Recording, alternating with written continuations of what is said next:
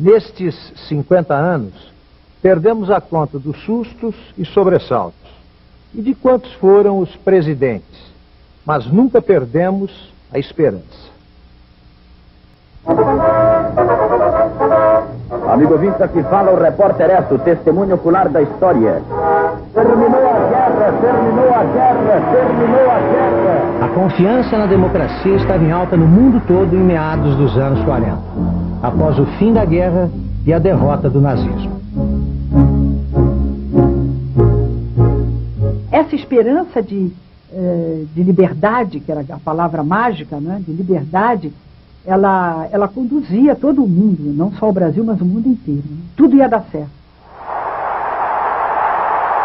No Brasil, também tínhamos derrubado uma ditadura, o Estado Novo de Getúlio Vargas.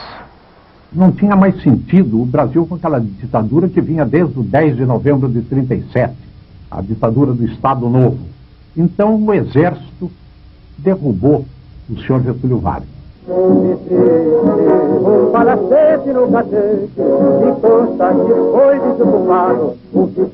Então é uma época de otimismo. Por que isso? Porque foi derrotado o grande inimigo da humanidade, que era o nazifascismo. O povo voltou a participar da política e em 46 ganhamos uma nova Constituição. Houve muito essa coisa das filas para votar, o sacrifício para votar. As pessoas realmente se interessaram. Enfim, era uma novidade. A democracia agora ia virar lei. Reafirmo-lhes aqui que não há noites eternas. Restaurou-se a democracia no Brasil. Isso me dava a impressão de que o Brasil estava recuperado para a democracia. O Brasil dava adeus a Getúlio Vargas, um ditador simpático e sedutor. Ainda éramos um país pastoril, que ele governava como um capataz. Getúlio, com simplicidade, despede-se da peonada. Com eles viveu em igualdade, comendo a mesma comida e vivendo a mesma vida simples. É preciso viver com os pequenos para conhecer-lhes as aspirações. Eu peguei a ditadura do Getúlio, depois peguei a ditadura do golpe de 64. Então, a maior parte da minha vida eu passei debaixo de ditadura. Quando as competições políticas ameaçam degenerar em guerra civil, é sinal de que o regime constitucional perdeu o seu valor prático. Getúlio foi o meu primeiro ditador, né? Eu tive vários na minha vida. Aqui não há direitos. Escutem bem. Nenhum direito. Apesar da figura simpática de Getúlio, o Estado Novo foi uma ditadura cruel, como todas as ditaduras. Vocês vieram para morrer! Eu assisti nas prisões a verdadeiros atos de vandalismo de terror.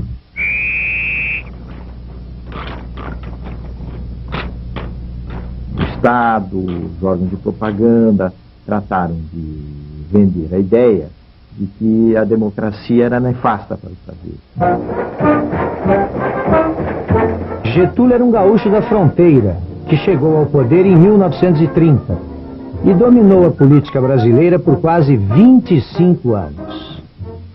Se o Getúlio saísse do túmulo agora, dava lição à política, todos os políticos que estão no Brasil no momento. Ainda era realmente o maior talento político que eu imagino ter havido no Brasil. O de 30 era um Getúlio que correspondia a uma vontade do Brasil de se democratizar, modernizar, etc. O de 37 é um Getúlio mais odioso, porque era de suprimir liberdades e fazer a Constituição de 37 chamada polaca, uma coisa muito ruim. No conjunto, é impensável o Brasil sem Getúlio.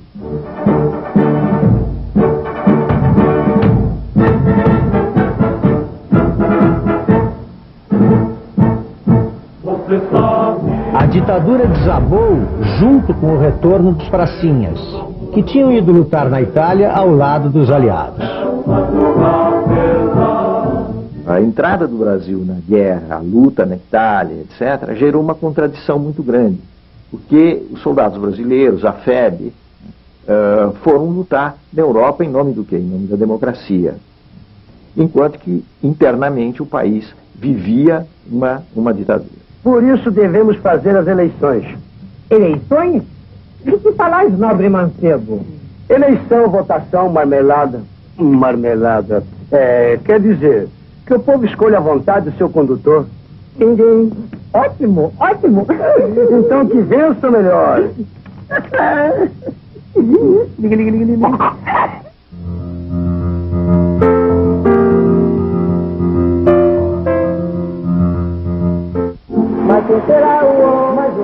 As ditaduras ficaram fora de moda.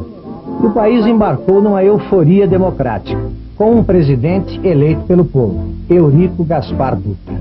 O Dutra, embora ele pessoalmente fosse conservador, naturalmente, ele vivia com a história da Constituição, do chamado livrinho da Constituição. Uma anistia geral trouxe de volta os exilados pela ditadura. E até o Partido Comunista saiu da ilegalidade. Conhecemos a legalidade, conhecemos a liberdade, mas apenas por esse período tão curto.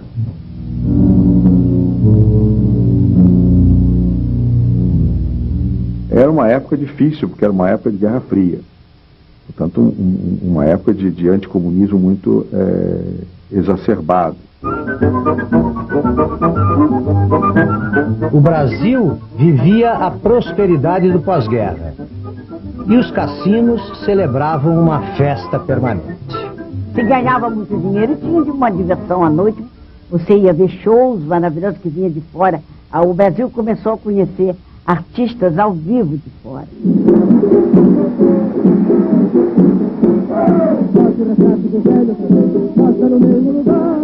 Mas Getúlio não ficou muito tempo longe do poder. Em 1950, ele voltou à presidência pelo voto, nos braços do povo.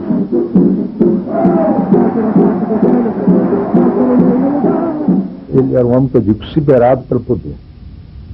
Era a imagem do poder. Durante a ditadura, Getúlio tinha conquistado os trabalhadores com uma legislação trabalhista avançada para a época. O trabalhador brasileiro possui hoje seu código de direitos, a sua carta de emancipação econômica. Trabalhadores de Gaza, a situação política nacional. Agora, Getúlio ia fazer dos sindicatos sua base eleitoral. Era o chamado populismo. Houve uma crescente mobilização da classe trabalhadora, do movimento operário, e nessa espécie de jogo de interesses, onde entravam forças sociais, militares, partidárias, etc., Getúlio fez uma inflexão, digamos, à esquerda. Nesta encarnação democrática de Getúlio, os brasileiros assistiram a uma arrancada de desenvolvimento. O Estado assumia a dianteira da economia, com investimentos importantes na indústria de base. Ele tinha a visão do Brasil. Ele tinha a visão de interesse do Brasil. O discurso nacionalista de Getúlio empolgava as massas em campanhas como a do Petróleo é Nosso, mas dividia políticos e militares. Os militares se dividiram cada vez mais em um setor que apoiava os Estados Unidos, que era chamado de entreguista, e o setor nacionalista, com algumas pontes, em certos casos, com o Partido Comunista.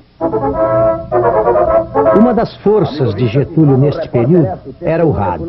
Na época, o único meio de comunicação capaz de alcançar o país inteiro.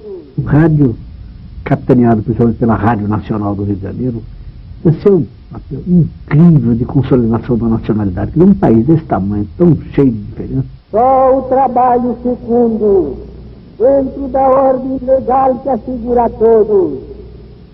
Eu morava no interior de Minas, uma cidade onde a notícia chegava pelo rádio, a notícia quente chegava pelo rádio. O resto vinha de trem.